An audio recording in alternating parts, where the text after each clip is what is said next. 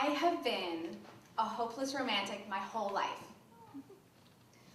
Unlike most girls, though, it was not Disney princess stories that got me all a quiver. Oh, no, no, no. It was my parents' stories. The ones about how everyone in my family fell in love. You see, I come from a family of epic meet-cutes. Time out.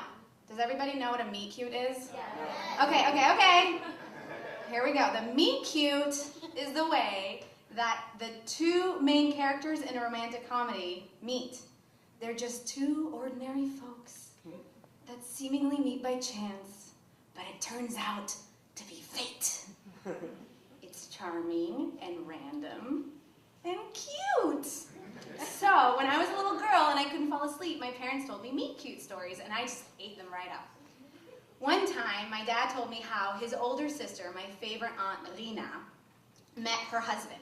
She was flying El Al from Israel to Iran, pre-revolution, to visit her parents who were on assignment in Tehran. My dad had made this bet with her on the shape of an airplane's control stick. She was bound on winning the bet, so she asked the flight attendant to let her peek into the cockpit. A tall, rugged, dark, and handsome man with piercing blue eyes looked up at her from his flight plan. "My name is Menachem, and I will be happy to help you settle a bet." Yep, that's my Uncle Menachem. And then there's my favorite story, the reason I exist, the story of how my parents met. It was the mid-60s in Israel. My parents were both in the army in Israel.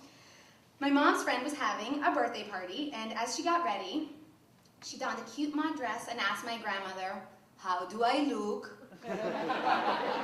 In typical Jewish mom approach, my grandmother gave her the once-over and retorted, "Fabulous, but lose the glasses ruin the whole thing." My mom is incredibly nearsighted, but she sacrificed vision for fashion, and off she went to the party. In the meantime, my dad found out that he had a couple nights off from battle. Yes, battle. He hitchhiked from the border between Israel and Lebanon all the way to Tel Aviv to attend a friend's birthday party. Then, exhausted, still in his dirty fatigues, he perched himself on a corner couch, chain smoking. When my mom walked into the party, she saw a distant, hazy Jewfro.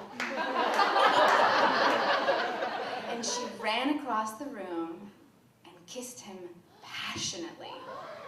Panicked, realizing that this was not her boyfriend, she ran away. It was a stranger who would become my father. I know! So these meet-cutes reached all the way up to all of my other aunts and uncles and cousins, my grandparents on both sides. We're talking Holocaust meet-cutes. So I have to report, all of these people have been married for decades, not a single divorce.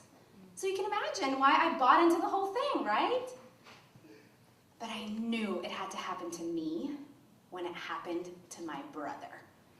My family now lives in College Station, Texas, a small conservative university town where we Israelis really stick out like a loud, opinionated, liberal thumb.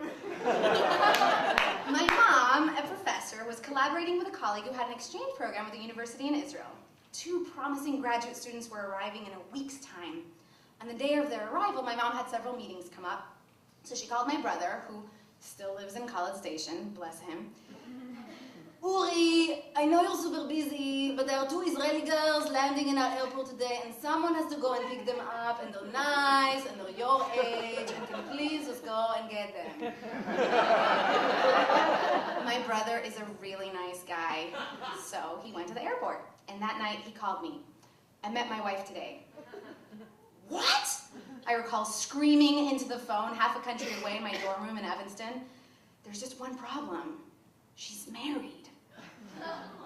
I won't go through all of the details of Gali's marriage troubles and my brother's steadfast refusal to court her until she was divorced. But when the semester was over and she flew back to Israel, my brother left everything behind and went to go see about a girl. He stayed in Israel through her divorce and then scooped her up, married her, and they live happily ever after in College Station, Texas.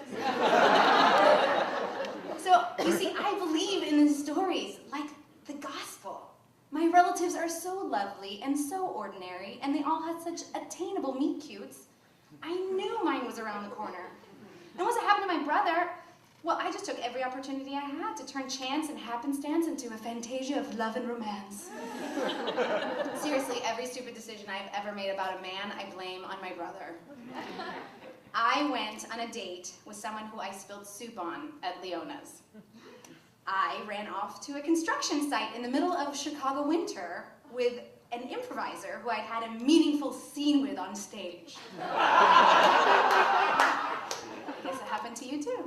I had a 6-month relationship with a man I met on a wrong phone number. He lived in Boston, I lived in Evanston, we commuted. He was a real piece of work. But it would have been a great story. So then, after a series of just horrible heartbreaks, I gave up. I decided that maybe my family's love and luck story ended with me. And that's when Enrique walked in to Improv Olympic. I was living there. I mean, not really, but I was performing and producing and working at the box office, so I was there a lot. My show, the Arab-Israeli Comedy Hour, had closed because my writing partner was deported. Side note, if I'd married him to keep him in the country, which I couldn't because I wasn't a citizen either, that would have been a really great meet-cute. Also, he's gay. Anyway, I had seen this handsome man sitting in the back of the theater with a laptop during rehearsals for a different show that was going up. But he had a gold ring on a finger, and I assumed he was married. The night he walked into the theater was a Thursday. He walked up to the box office and said, "Hi, my name is Rick, and I should have a ticket waiting for me, perhaps under Al Samuels." I looked at my list. Nope, that'll be $14. Oh, he seemed surprised. "Well, I'm producing a show upstairs." He fumbled for his postcard. "See, that's me right there, produced by Enrique Orlina." All of a sudden it hit me. I remembered him. He was the cute guy with the MacBook and the gold ring, which I now realize was a Stanford Business School ring, on his right hand. He was even cuter up close. Feeling very flirty, I said, "Well, you said your name was Rick, and Enrique means Henry, so I'd like to see some ID." We laughed and talked for 4.5 hours. You see, I'm kind of an intimacy whore, so we really got into it. And when my shift was up, we transitioned over to the Pick Me Up Cafe and had too much cake and too much coffee. Rick told me about the loss of his father. Intimacy whore. And I told him about moving to America and how much that fucked me up. It did. And at one point, he mentioned knowing his friend Al, the aforementioned Al, for almost 20 years. "Aw, since you guys were little?" "Oh no," he said, "since we were seniors in high school." I spit out my coffee. "What? How old are you?" 38. He looked at me closely. "Why? How old are you?" I'm 24. "We should never date." "Okay," he said, and then we talked for 2 more hours. We didn't kiss, we didn't even exchange numbers. It was 5 in the morning. So 2 days later, I had come to the theater with a mix CD that I'd made with all this music that we had talked about. I casually ran into him, and I said, "Oh, hey, so I made you this CD with the music we talked about." And he looked at me and smiled, "Me too," and handed me a CD. So that night, we finally exchanged phone numbers, and then we went on a sandwich date on Tuesday. And I'm only telling you this one detail because you would not even believe me otherwise.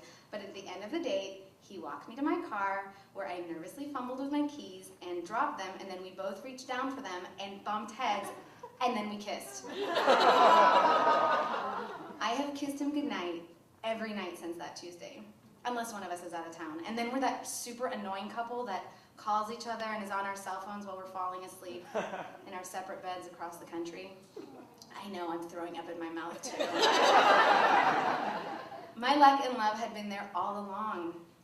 I just have to let it find me.